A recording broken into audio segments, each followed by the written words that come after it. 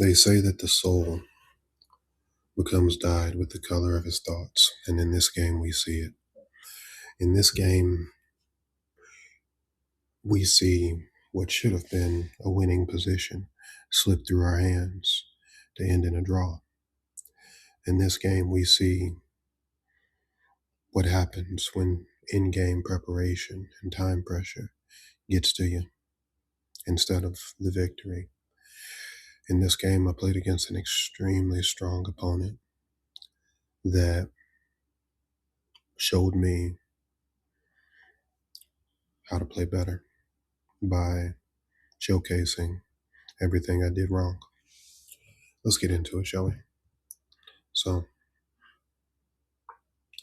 we start off with that routine E4 move. And as we do so, we start to make a transition. We move over into E5, knight F3, knight F6. He gives me the ability to play the Petrov Defense, my opening, my safety, right? It's a fun opening that I've played for years. And I enjoy the ability that the Petrov gives me where I can play aggressive. I can fight. I can bring the fight to the opponent. And at the very end of it, if I make a mistake, then we draw. But it still hurts. So he transitions into the Steinitz Attack. I capture, he captures, right? Notice here that we have a semi-open D file. We're going to play for that. We also have an open E file. We're going to play for that. Let's keep going. I play D5, trying to centralize that knight, get an outpost, anchor it, so that now it can interrupt the baggage train of my opponent. So now he has a harder time developing his pieces as that knight sits in his territory. He captures. I get a little bit of development here. Now I have two pieces, and I have two pieces out, and I'm one step away from castling. While he still has a bishop he has to remove. So he plays that bishop out. I don't want that knight to move. I considered bringing it back, but then I realized if I do so, we move into that symmetrical variation. And at that point, in all honesty, it turns into who's better at the end game, right? Here we are in move number 6, talking about how important the end game is. I don't want it to be symmetrical, not just yet.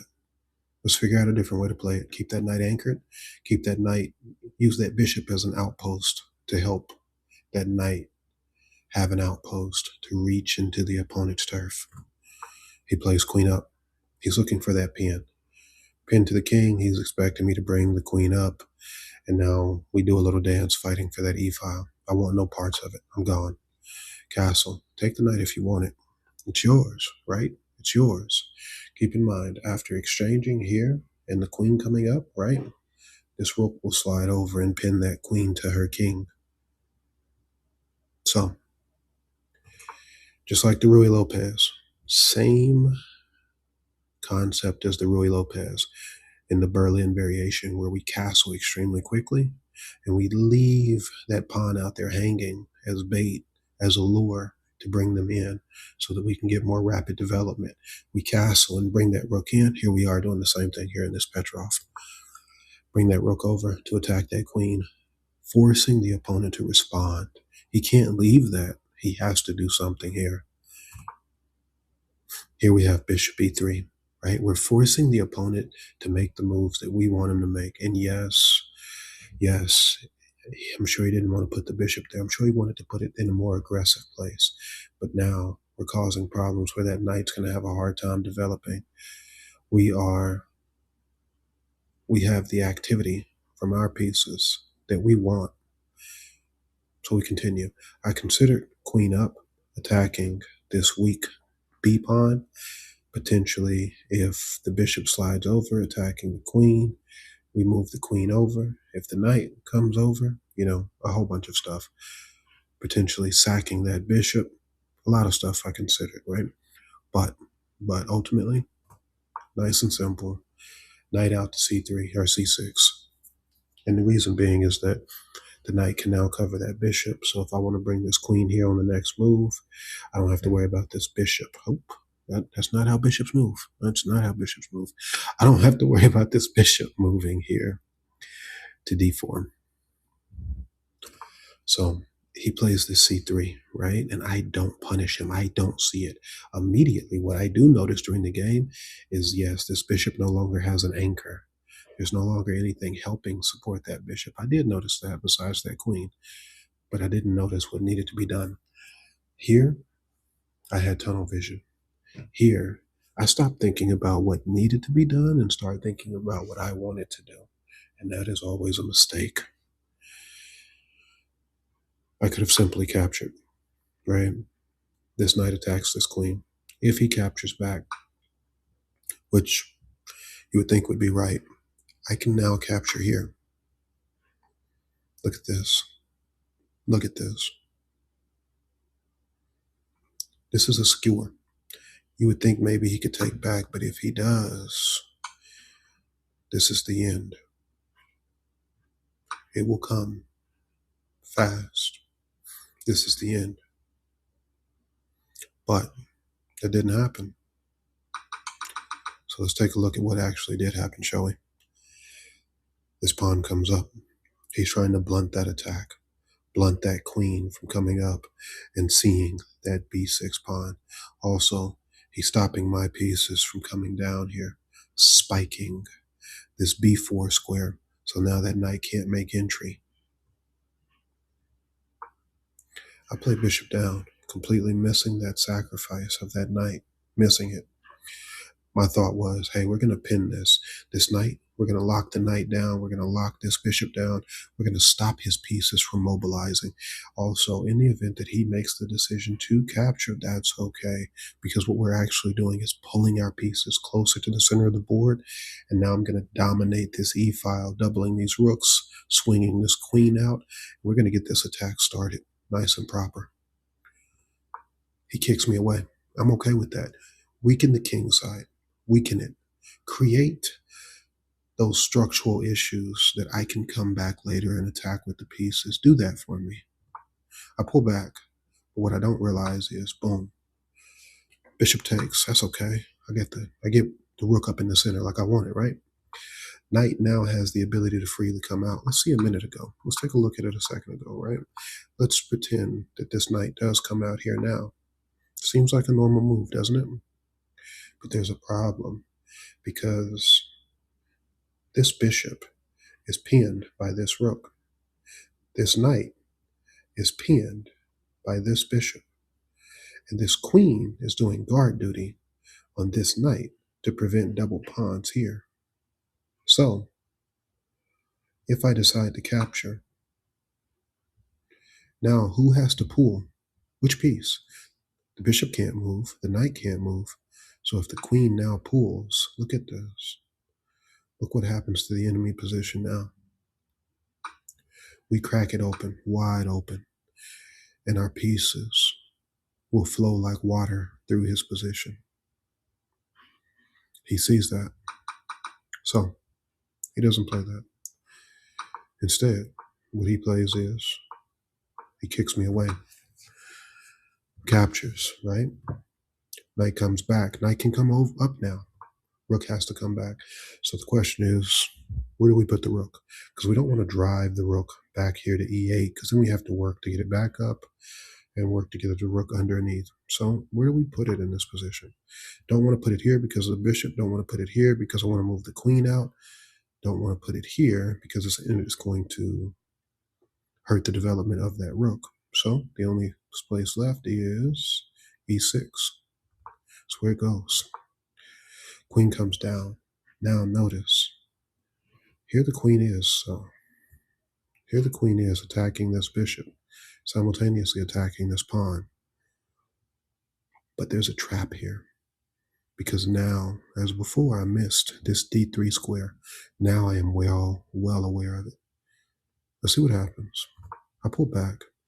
If he captures, which he doesn't in the game, but if he captures, I can simply, in my mind, pull rook over. Where does this queen play? Does it come here? to a3, safety? Potentially. But then what happens when that bishop lands? Because now this bishop is attacking here and here. But it's unprotected, right? Keep in mind, my queen is x-raying my bishop.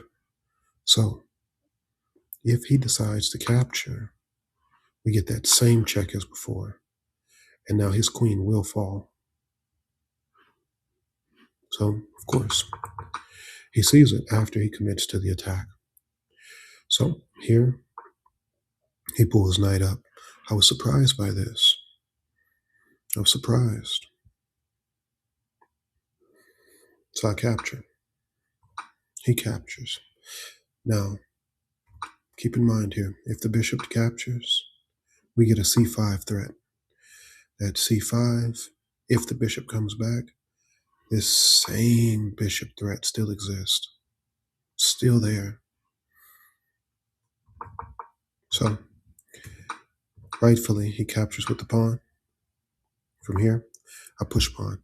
Couldn't think of what to do. Didn't know how I wanted to play this. I thought about a c6, playing the c6, inviting the queen in, pulling the rook over, giving the queen the pawn, utilizing the rook to attack my opponent's second rank here. I thought about it. Ultimately, I decided, hey, let's play a little bit more passively. He brings rook over to the semi-open file. Makes sense. I intentionally leave this dark squared bishop back, acting as a big pawn that has the ability to capture backwards, right? So that these pawns, this pawn chain can stay protected. I play queen up here. I need to get these pieces developed. I need to dominate the file. I'm confident that the C file, the B file, and the A file are going to be okay. So it's time to go play. He pushes the pawn, and boom, we are in. It's time. Let's go. We are attacking now.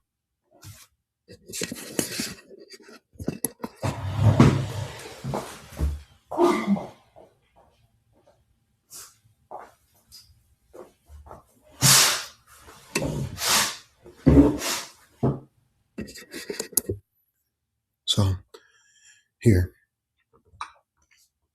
he captures back. I play that check. There's so many different variations here, but we'll make it quick. He moves rook up to block. I play bishop down. I'm trying to kick this queen away so the queen cannot, all my variation calculating. If the queen comes back here to e2, I have a problem. So I kick that queen away. Queen can't play. Rook comes here. Now I debated for a while between putting the rook here or here. Before I began this whole thing, before I began this whole little sack, back here, in this position, I debated where to put this rook. Right here, where it needed to go. I decided rook e8, king over. If I take, notice that I drop that rook there, and I can't recover fast enough to be able to land that checkmate, because right now the bishop is holding him in there, stopping him from getting out, while the rook and the queen are daring him to step off the back rank.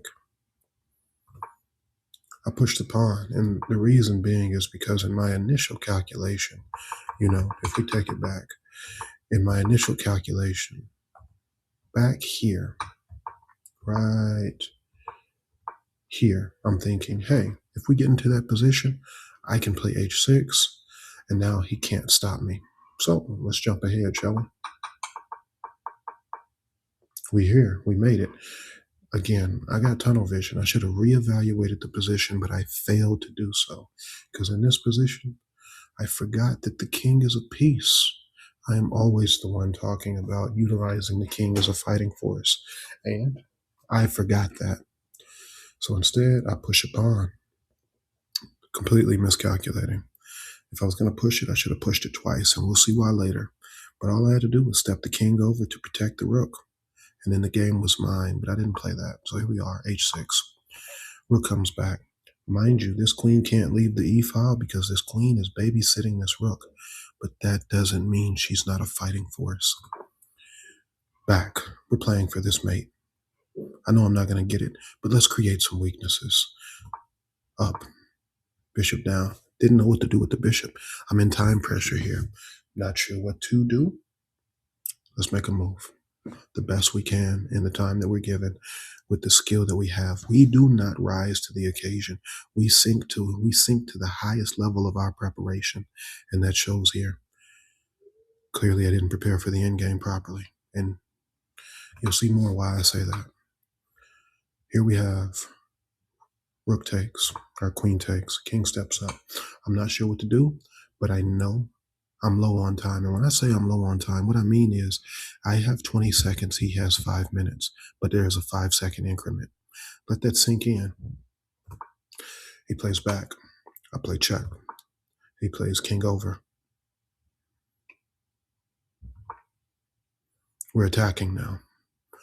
We're launching the Desperado attack.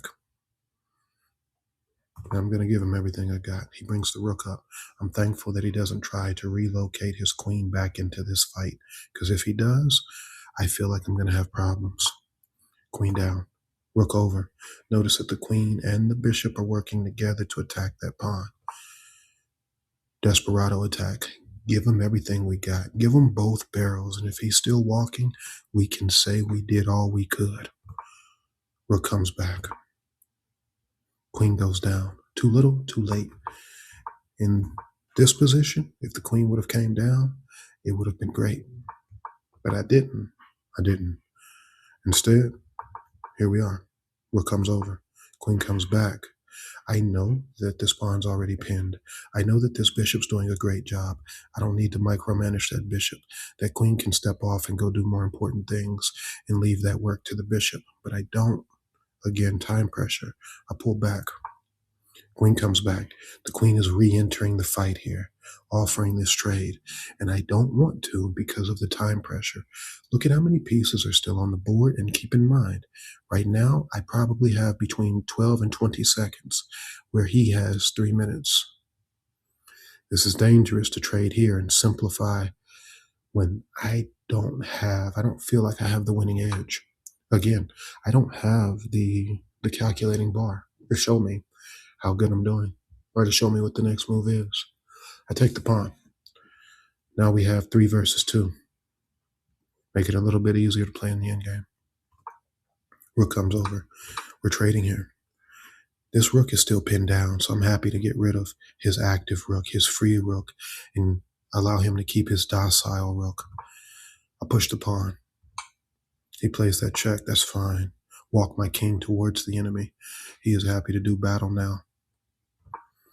Queen comes back. In a split second, I thought wrong. I knew to take with this pawn, but instead I took with the bishop. I take, he captures. Capture.